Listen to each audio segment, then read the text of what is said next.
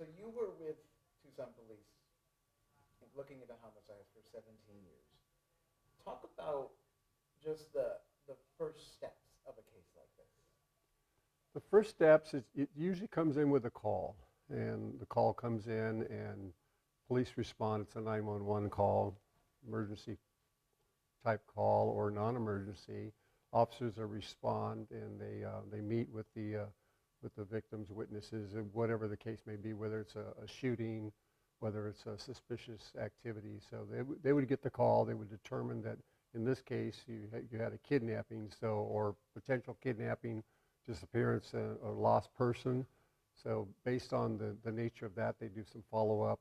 They would interview whoever made the phone call. They'd go in the house. They see signs of a struggle, maybe not, and they react from there. They have to determine, assess it, and then detectives are called out.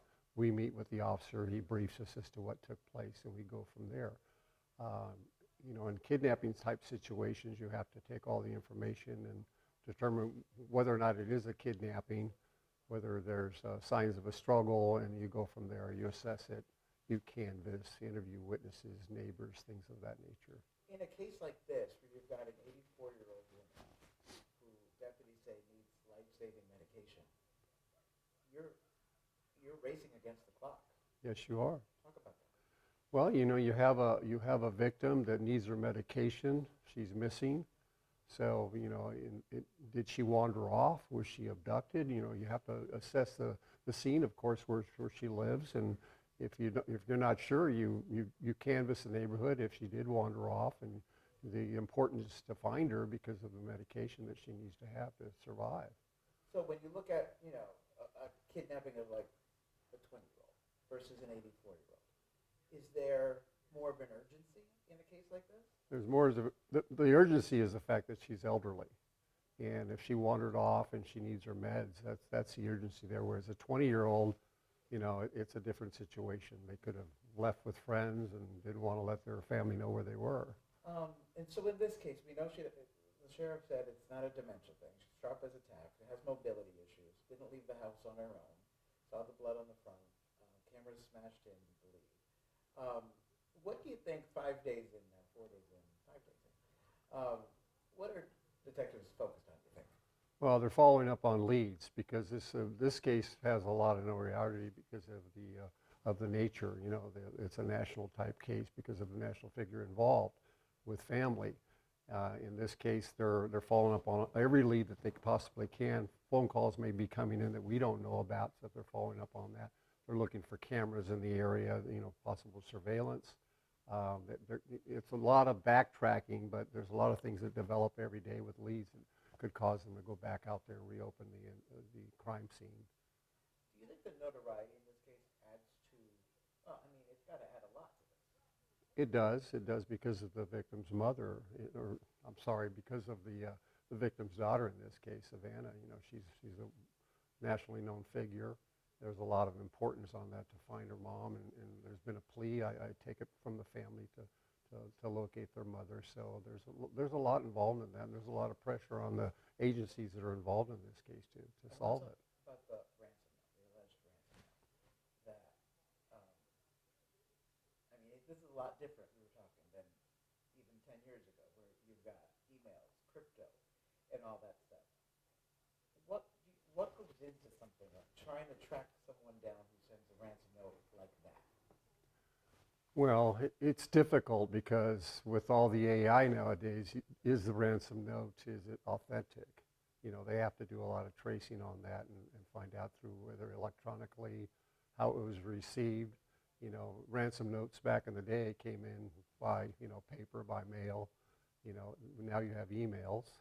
You have fake accounts that are set up to protect if there is an actual kidnapping here and an actual person that has the victim, and if she's still with us, you have to authenticate that, and that's what makes it difficult nowadays, is to compare to years ago. So there's a lot involved with it. So you've been doing this a long time. 17 years with TPD.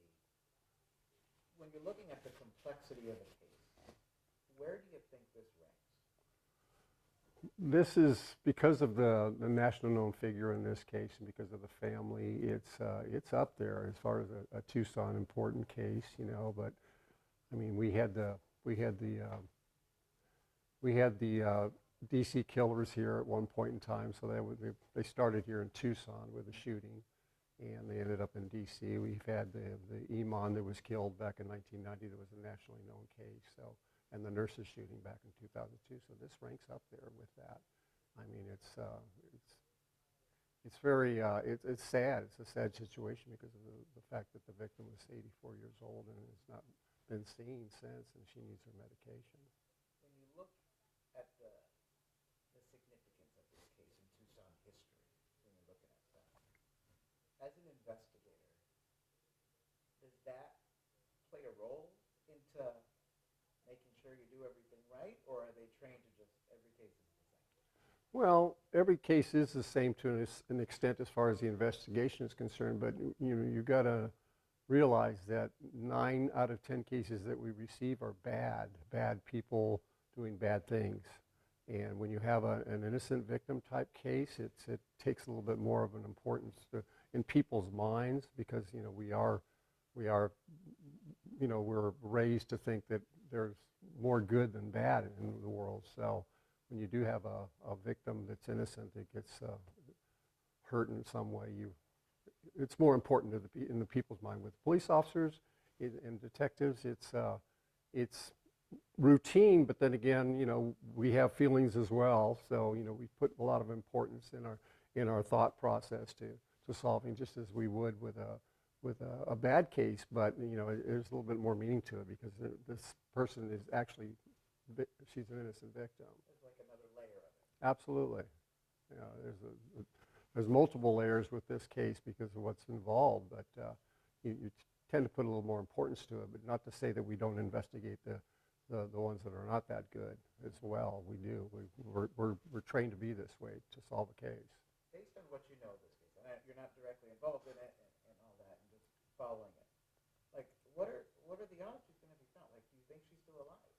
Well, as time goes on, it makes it less likely that there's a good outcome to the case. But then again, there's always hope.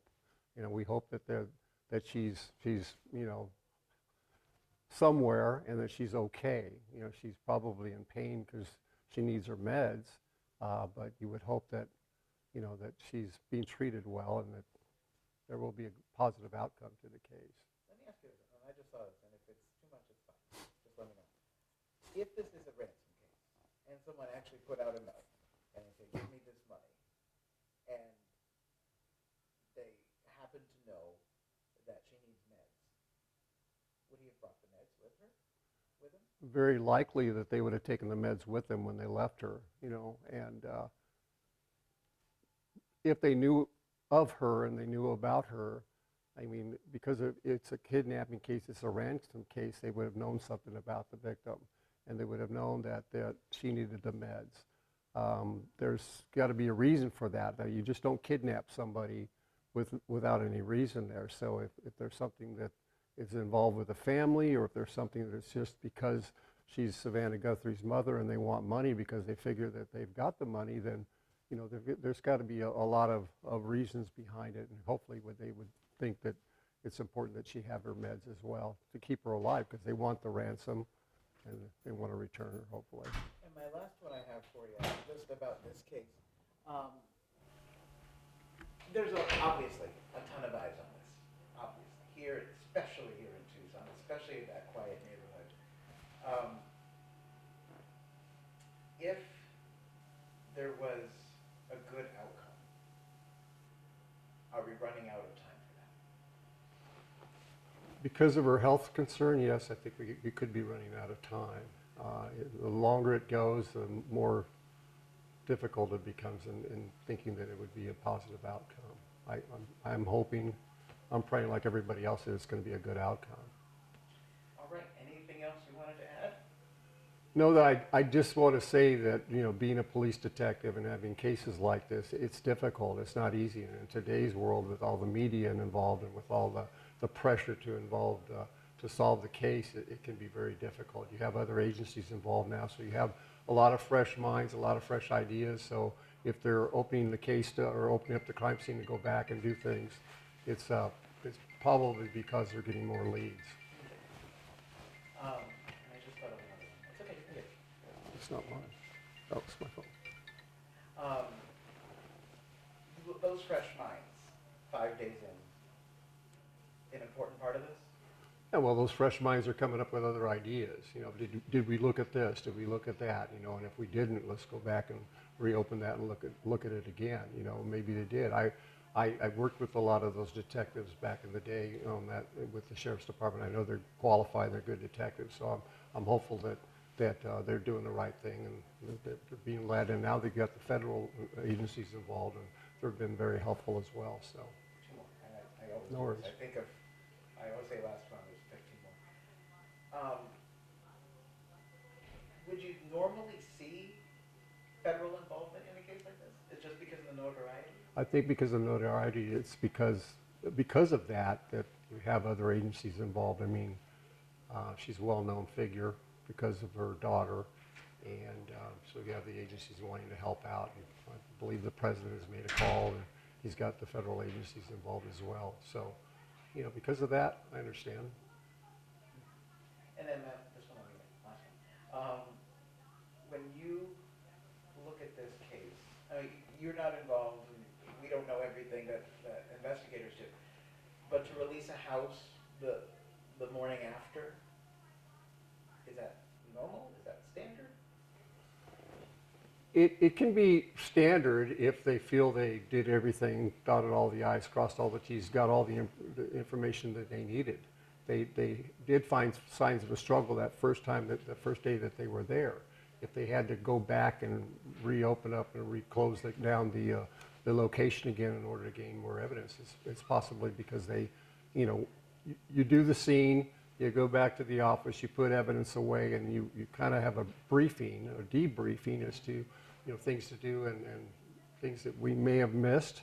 And I'm not saying that happened in this case, but, you know, there's a lot of fresh minds, like I said before, and they're going back out there to look again.